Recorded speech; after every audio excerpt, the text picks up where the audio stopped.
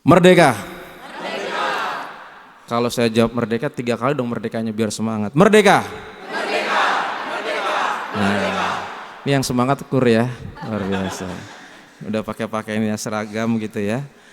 Bapak Ibu, kita patut mensyukuri hari ini kemerdekaan. Kita bisa membayangkan kalau kita hidup di tengah perjuangan kemerdekaan pada waktu itu, nggak bisa ke mall, nggak bisa ke gereja, ya. Bisa membayangkan di sini pakai bambu runcing, mungkin yang kur ini bawa bambu runcing kemana-mana, gitu ya. Di sini seksi liturgi Pak Wiwi nggak bisa tenang ke gereja, ya ngumpet-ngumpet segala macam sambil bawa bambu runcing. Nah, kita bisa membayangkan bagaimana pada waktu itu, dan kita bisa membayangkan negara lain yang sedang konflik dan peperangan, bagaimana mereka tidak tenang, tidak nyaman dan sebagainya. Maka kedamaian dan kemerdekaan itu sebuah anugerah yang patut kita syukuri pada hari ini. Dan bagaimana kita bisa mensyukuri anugerah itu? Hari ini diberikan sama gereja satu permenungan buat kita tentang sebuah yang disebut dengan kepemilikan. Tadi kita mendengarkan dalam Injil hari ini, berikanlah kepada Kaisar apa yang menjadi milik Kaisar, dan berikanlah kepada Allah apa yang menjadi milik Allah. Nah, kata ini, kata milik, ini menjadi satu kata yang sangat dalam kalau kita perhatikan dalam teks ini. Kita bisa membayangkan dulu ya, kalau kita punya sesuatu, punya barang, apalagi barang itu berharga, pasti ada suratnya. Contoh, mobil ada suratnya STNK. Motor ada suratnya, lalu rumah ada sertifikatnya, emas pasti ada juga sertifikat emasnya. Yang berharga-berharga itu yang menjadi milik biasanya itu ada sesuatu yang menunjukkan itu kepemilikan ya.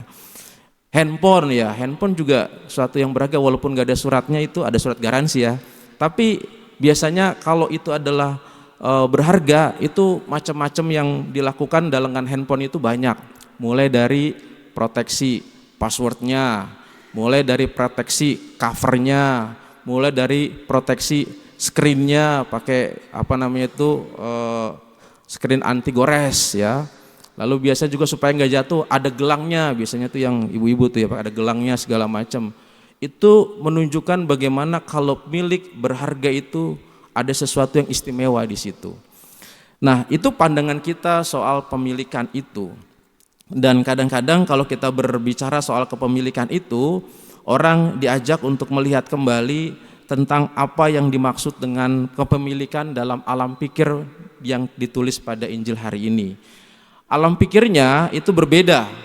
Kalau orang-orang Yunani, di mana Injil ini ditulis berbahasa Yunani, kata kepemilikan itu berarti adalah sesuatu yang didapat secara sah dan itu adalah milik saya.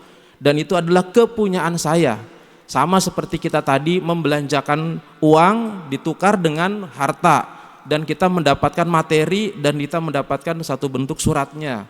Ada notanya, ada ada bonnya, dan itu adalah sudah milik kita, ada sah. Itu yang disebut dengan kepemilikan. Alam pikir bangsa Yunani juga demikian, Roma ya juga demikian. Tetapi dalam alam pikir orang-orang Israel, dalam orang-orang Ibrani tidak demikian. Kenapa? Karena kepemilikan itu cuma satu, punyanya Tuhan. Ladang yang mereka punya bukan mereka yang punya. Kalaupun dipunya kerbau bukan mereka yang punya, tapi adalah Tuhan, mereka hanya diberikan. Maka pada tahun-tahun tertentu mereka memberikan persembahan kepada Allah, dikembalikan lagi.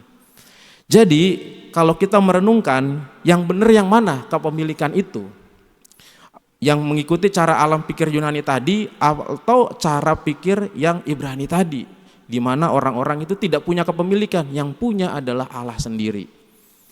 Nah, kalau kita disuruh mengikuti alam pikir Israel atau Ibrani, kita nggak punya apa-apa tuh ya. Bapak Ibu, surat tanahnya dicoret ya, ini punyanya Tuhan, ini segala macam nggak ada gitu ya. Nggak ada kepemilikan seperti itu.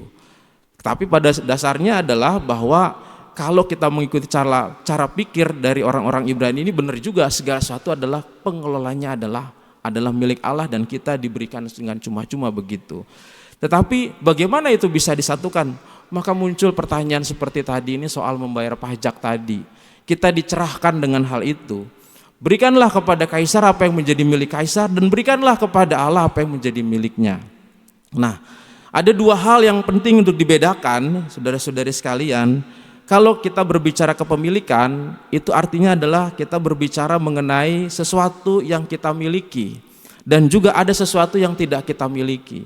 Di sini dikatakan gambar dan tulisan siapakah itu? Mereka katakan gambar dan tulisan kaisar. Berikanlah kepada kaisar apa yang menjadi milik kaisar. Dan itu adalah uang dan ada gambar kaisarnya dan itu bentuknya materi. Itu adalah simbol bahwa segala sesuatu yang punya hal-hal yang tadi duniawi, negara, segala suatu kepemilikan yang fana, ya, itu adalah sesuatu yang bisa diberikan begitu saja kepada negara, kepada dunia dan tidak terikat kepada manusianya. Sedangkan berikanlah kepada Allah apa yang menjadi miliknya Allah. Nah, apakah milik Allah itu? Kalau mau ditujukan lagi, siapakah yang menjadi milik Allah? Nah, ini kita mengacu kepada yang kisah perjanjian lama, di mana kitab Kejadian mengatakan yang menjadi milik Allah itu dekatnya adalah manusia sebagai gambar dan rupa Allah.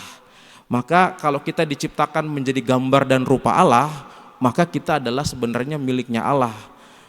Uang koin tadi gambar dan rupanya adalah gambar dan tulisan kaisar, jadi milik kaisar. Sedangkan yang ini adalah gambar dan rupa Allah yang diciptakan manusia, jadi miliknya Allah. Dengan demikian maka dua alam pikir ini bisa didamaikan. Jadi yang punyanya segala sesuatu yang berkaitan dengan materi, dunia dan sebagainya, bentuknya yang diciptakan oleh manusia, miliknya dunia, miliknya negara dan sebagainya. Tetapi yang diciptakan oleh Allah adalah milik Allah. Siapakah itu? Itu adalah kita. Maka dua hal ini menjadi bagian penting di manakah kita nanti akan menuju, atau di manakah harta kita akan menuju dan di manakah kita akan menuju, di manakah materi kita yang kita punyai akan menuju dan di manakah kita akan menuju pada akhirnya. Di sini dengan jelas kita pasti akan menuju kepada Allah dan segala kepemilikan kita material itu adalah juga akan menuju kepada dunia. Dan di situ ditegaskan dengan demikian. Itu yang pertama, saudara-saudari. Yang kedua adalah bagaimana kita melihat kalau kita mengikuti alam pikir tadi, bahwa alam pikir yang Yunani ya Ibrani tadi, manusia adalah miliknya Tuhan. Manusia diciptakan menjadi gambar dan rupa Allah, berbeda dengan uang koin yang diciptakan oleh kaisar, gambar dan rupa kaisar. Maka yang namanya pemilikan ada suatu hal yang tadi istimewa. Kita dimiliki oleh Allah, itu adalah istimewa. Istimewanya apa? Kalau tadi kita punya barang yang kita miliki, itu kita punya sertifikat. Kita punya materai, kita punya sesuatu yang mengikat menjadi miliknya. Dan kita itu sudah ada ikatan itu. Maka ketika menjadi milik, segala sesuatu yang menjadi milik yang hilang, itu tidak akan dibiarkan. Kecuali nggak penting. Saudara-saudari parkir kendaraan di bawah, ya. Penting apa enggak itu? Berharga enggak? Kalau hilang kira-kira dibiarkan beli lagi atau cari? Beli lagi. Hebat bener ya, dicari lah. Kalau hilang dicari, ya. Saudara-saudara bawa anting, gelang, handphone, ketinggalan di gereja, dicari enggak kalau hilang? Cari enggak? Beli lagi? Oh, beli lagi katanya nyangkur gitu. Enggak mungkin, dicari karena itu penting dan berharga, dicari, ya. Coba kalau yang sekarang yang ketinggalan itu adalah gunting kuku di situ, ya, atau cotton bud yang ketinggalan, dicari nggak kira-kira? Udahlah biarin aja lah, beli lagi, ya kan? Karena nggak berharga. Nah ini milik, ini yang kita ikuti alam pikir orang-orang Israel, bahwa manusia yang menjadi milik, betapapun manusia itu berdosa, betapapun manusia hilang, betapapun manusia jauh dari Allah, tetap yang namanya milik pasti dicari. Itu kepemilikan. Itulah yang menunjukkan bahwa kita punya ikatan dengan Allah yang menjadi milik kita. Sedangkan ya tadi yang dikatakan dengan pajak dan segala macam yang material itu akan menjadi sesuatu yang menuju kepada dunia itu. Nah maka yang ketiga, kalau kita sudah ketahui yang kedua bahwa kita milik Allah yang berharga, betapapun kita berdosa kita dicari, betapapun kita hilang kita dicari. Maka yang ketiga bagaimana kita bisa membedakan supaya yang tadi yang datang, yang tujuannya ke dunia tetap ke dunia, yang jiwa dan raga kita tetap ke Allah. Yaitu yang ketiga, bagaimana kita bisa lepas bebas terhadap yang namanya kepemilikan yang menjadi miliknya dunia balik ke dunia, miliknya Allah balik ke Allah. Maka saya selalu mengatakan filosofinya adalah tukang parkir, saudara-saudari. Tahu tukang parkir ya? Tukang parkir itu kalau kita di mall ataupun di Kelapa Gading itu biasanya kalau kita ke ruko-ruko parkir ya, dia wajahnya senang sekali kalau ada orang yang datang, mobilnya banyak dia senang. Kenapa? Karena akan mendapatkan uang kan. Tetapi mobilnya satu-satu pergi, dia sedih apa enggak? Sedih enggak? Enggak sedih, malah senang juga, pasti akan dapat bayaran. Coba kalau Bapak Ibu punya mobil banyak, ya, mobilnya di garasi banyak, satu-satu hilang, satu-satu ada yang rusak, satu-satu garasinya ada 10 mobil, tinggal satu, sedih apa enggak? Sedih. Kenapa tukang parkir punya mobil banyak enggak sedih hilang? Kenapa Bapak punya mobil 10 sedih hilang? Kenapa? Karena tukang parkir merasa nggak memiliki kan?